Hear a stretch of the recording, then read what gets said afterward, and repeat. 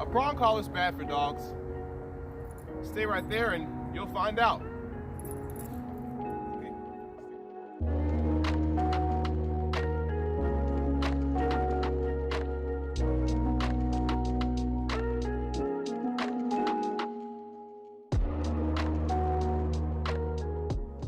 What's up, guys? John Pollard, the pack leader, back again with another video. And it's been a while. It's been about a month since I've seen you guys. So how's the family? How you been? Okay, good to hear. Awesome. I've been fine. Thank you very much. I've been fine. Thank you very much for asking. Now that we got the courtesies out the way, we're gonna get right into it. Are prong collars bad for dogs? You read the title. You found the right video. This is gonna be the last video that you ever have to see regarding prong collars and safety. If they're safe or not. No, they are not bad for dogs. No, no, no, with the exclamation, 3 exclamation points. No in all caps. No, they're not bad for dogs, okay? Actually, they're one of the best tools that you can train with. Quite frankly, in my opinion, they're one of the best tools. So, we're gonna talk about what makes them bad and what makes them good, okay? So, we get a problem when people, they read the label of a prong collar or something like that, think about getting one, and it says, instantly stop dog pulling or reactivity or whatever, and they're like, wow. So they buy it, they just put it on their dog, and they expect it to magically stop them from pulling. But does it? Maybe there might be 3% of dog owners that actually the dog just stops pulling, okay, when it's on them. Okay, maybe 3%. But the other 97%, you got the math right, is well, okay, 1 minute, they sort of slow down on pulling, then they get used to it, and then it's full steam ahead again, okay? So I'm gonna show you how to avoid that. You can't just put the collar on the dog and expect magic to happen, okay? If you do that, then they're gonna be pulling all day, and that's when it could possibly cause some problems. Not super likely, but it could cause problems when they're pulling on it all day. So here's what you're gonna do, okay? Like I said, my dogs have been off leash trained for a while, so they don't need this. But here's how it's supposed to be administered. Bruno, come here. Good boy. Now you're gonna see he's not scared of it. Good, stay.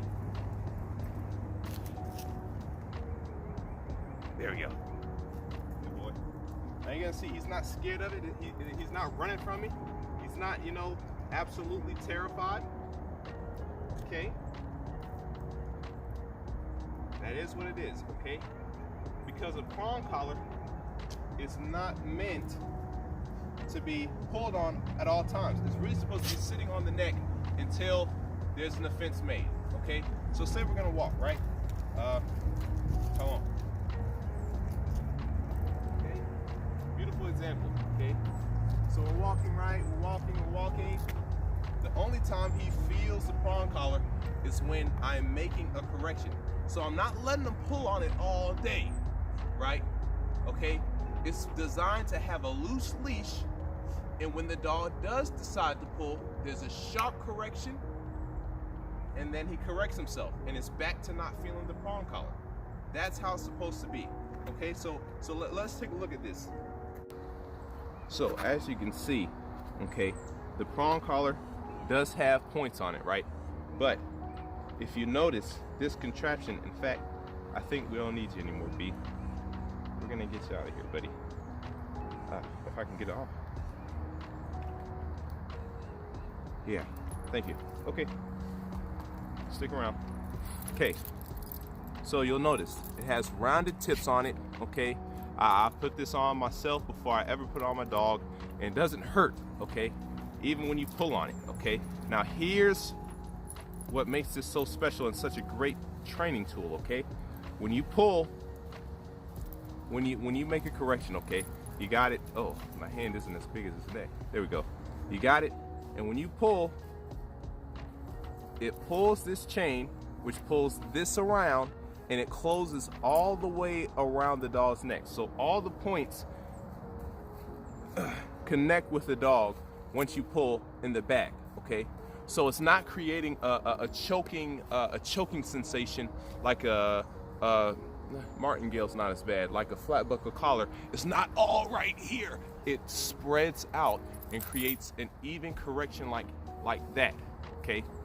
And not only is that safer on the dog because the force that you're correcting with is dispersed throughout more than just one part of the neck. It's being dispersed evenly throughout the neck. But also, it almost simulates a bite. It creates an overload of a stimulus overload.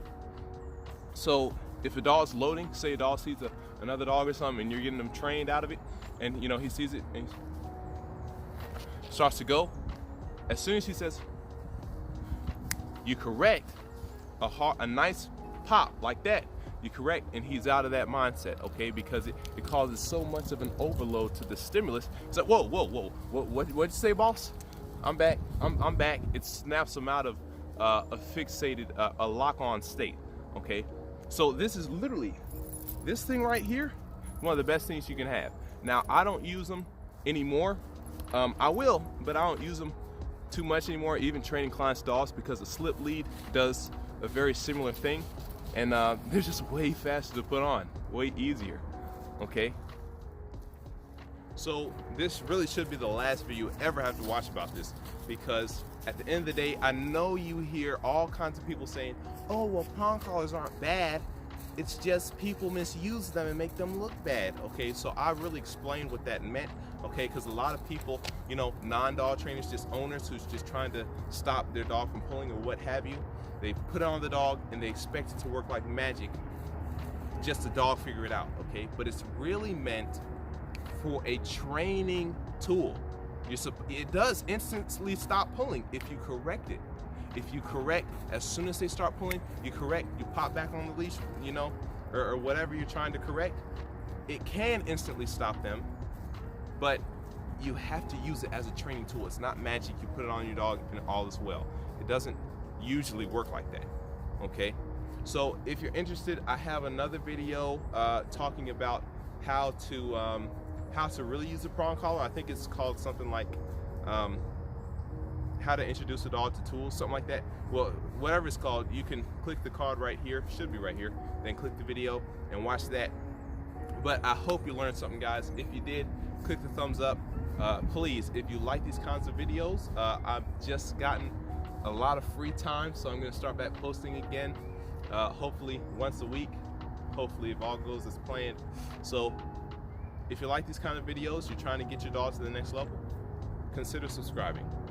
Thanks so much, guys. John Pollard, the pack leader, signing out, reminding you to stay in charge.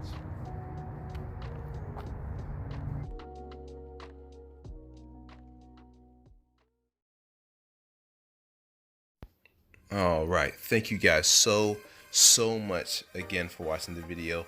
Now, before you go, I want to take you to my Etsy store, okay? So we're gonna go to Etsy.com. Don't act like you don't know what that is, because everybody knows what that is apparently. You're gonna type in John the Pack Leader right in the search bar. There we go, and voila. We're gonna scroll to our heart's content, okay? I'm always uploading new mugs, hats, shirts, all kinds of designs. I'm always coming up with new stuff. So please check the site often, okay? So you can rep your dog ownership in style, and also help me to make more videos like this. Give you guys free content to give you guys the best relationship with your dog imaginable. Thank you so much in advance, and please enjoy the rest of my videos.